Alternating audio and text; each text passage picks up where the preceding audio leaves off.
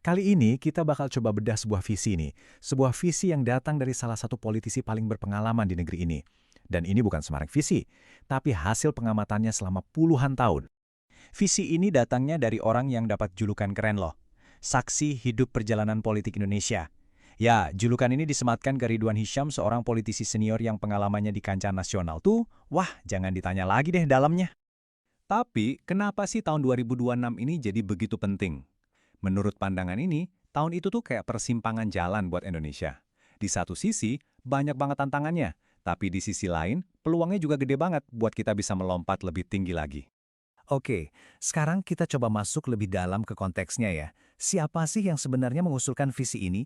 Dan kenapa kita perlu banget dengerin pandangan dari seorang veteran politik, terutama sekarang ini? Nah, ini dia orangnya, Ridwan Hisyam, atau sering disapa Bung RH. Beliau ini politisi senior Golkar yang udah malang melintang di panggung politik nasional lebih dari 3 dekade. Bayangin aja, dari zaman Orde Baru sampai sekarang pasca reformasi. Pengalamannya itu pasti ngasih perspektif yang unik banget soal evolusi Indonesia dan kira-kira kita mau dibawa kemana ke depannya. Dan coba lihat angka ini, 5. Bukan sembarang angka loh, ini artinya 5 periode menjabat di parlemen. Ini bukan cuma soal jabatan, tapi ini soal ribuan jam kerja, menyerap aspirasi rakyat, dan benar-benar paham denyut nadi bangsa. Nah, pengalaman inilah yang jadi fondasi visi yang lagi kita bahas ini. Oke, dengan semua pengalaman itu, kira-kira apa sih inti visi dari seorang veteran politik ini? Yuk, kita lihat prinsip utama yang menurut beliau harus jadi kompas buat ekonomi Indonesia ke depan. Nah, ini dia jantung gagasannya. Pembangunan ekonomi inklusif dan berkelanjutan. Kedengarannya keren ya. Tapi artinya apa sih? Gampangnya gini, ini adalah pertumbuhan ekonomi yang hasilnya bisa dirasain sama semua orang, bukan cuma yang di atas-atas saja. Dan yang nggak kalah penting, sambil kita ngejaga lingkungan buat anak cucu kita nanti. Terus, gimana caranya biar potensi ini kebuka? Menurut Bung RH, ada 3 kuncinya. Gampangnya kayak resep gitu. Pertama, butuh bensinnya, yaitu tingkatkan investasi. Kedua, kita butuh jalannya, yaitu kembangkan infrastruktur. Dan yang ketiga, yang paling penting, kita butuh sopirnya, yaitu kualitas sumber daya manusia yang mumpuni. Oke, sekarang kita bedah lebih dalam lagi ya. Cetak biru ini tuh punya 4 pilar utama. Kita mulai dari 2 pilar pertama, yang fokusnya adalah memodernisasi mesin ekonomi kita. Pilar yang pertama, ekonomi digital. Nah, ini penting banget. Ekonomi digital itu sekarang udah bukan lagi pelengkap, tapi justru dianggap sebagai mesin utama yang bakal narik gerbong pertumbuhan ekonomi dan daya saing Indonesia ke depannya. Nah, buat menyalakan mesin digital ini, ada beberapa hal yang harus dilakukan. Pemerintah perlu banget bikin kebijakan yang suportif.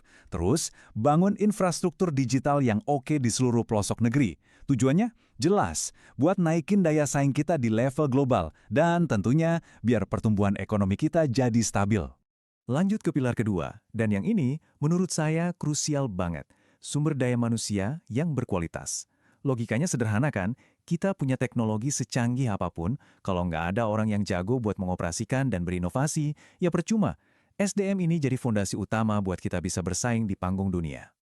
Oke, kita geser sekarang ke 2 pilar berikutnya. Kalau tadi soal modernisasi, yang 2 ini lebih ke fondasi, elemen-elemen dasar yang dibutuhin buat membangun bangsa yang kuat dan tangguh dari dalam. Pilar ketiga adalah infrastruktur nasional. Ya, pembangunan infrastruktur ini harus terus jadi prioritas utama. Kenapa? Karena ini ibarat ulat nadi yang menyambungkan ribuan pulau kita. Infrastruktur yang bagus bikin roda ekonomi bisa berputar lebih cepat dari Sabang sampai Merauke. Terus, apa aja yang perlu terus digenjot? Ya, semua yang berhubungan sama konektivitas. Mulai dari jalan, jembatan, pelabuhan, sampai bandara. Ujung-ujungnya cuma satu.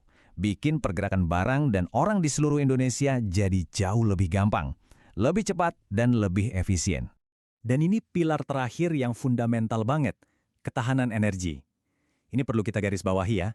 Energi itu bukan lagi cuma soal ekonomi, tapi ini udah jadi isu keamanan nasional, menyangkut stabilitas negara kita dalam jangka panjang. Nah, coba perhatikan perbandingan ini deh, ini menarik banget. Di satu sisi, tantangan kita sekarang adalah kita masih sangat bergantung sama impor energi. Kedepannya, prioritasnya harus geser ke ketahanan energi. Artinya apa? Kita harus pindah dari sumber-sumber konvensional ke diversifikasi dan pengembangan energi baru terbarukan. Oke, jadi setelah keempat pilar tadi, digital, SDM, infrastruktur, dan energi berdiri kokoh, terus apa tujuan akhirnya? Nah, sekarang kita sambungkan semua ini ke tujuan yang lebih besar, yang lebih fundamental buat bangsa kita. Poin pentingnya di sini adalah keempat pilar ekonomi tadi itu bukan tujuan akhir. Bukan. Mereka itu cuma alat, cuma sarana buat mencapai cita-cita yang lebih besar. Apa itu? Ya, mencapai ketahanan pangan, memastikan pembangunan itu merata di semua daerah, gak cuma di Jawa aja misalnya. Dan yang paling penting, melindungi lingkungan kita buat generasi yang akan datang. Nah, pertanyaan besarnya yang mungkin bisa kita renungkan bareng-bareng adalah, apakah cetak biru yang lahir dari pengalaman puluhan tahun ini beneran bisa jadi resep sukses buat Indonesia ke depan? Ya, hanya waktu yang bisa menjawabnya.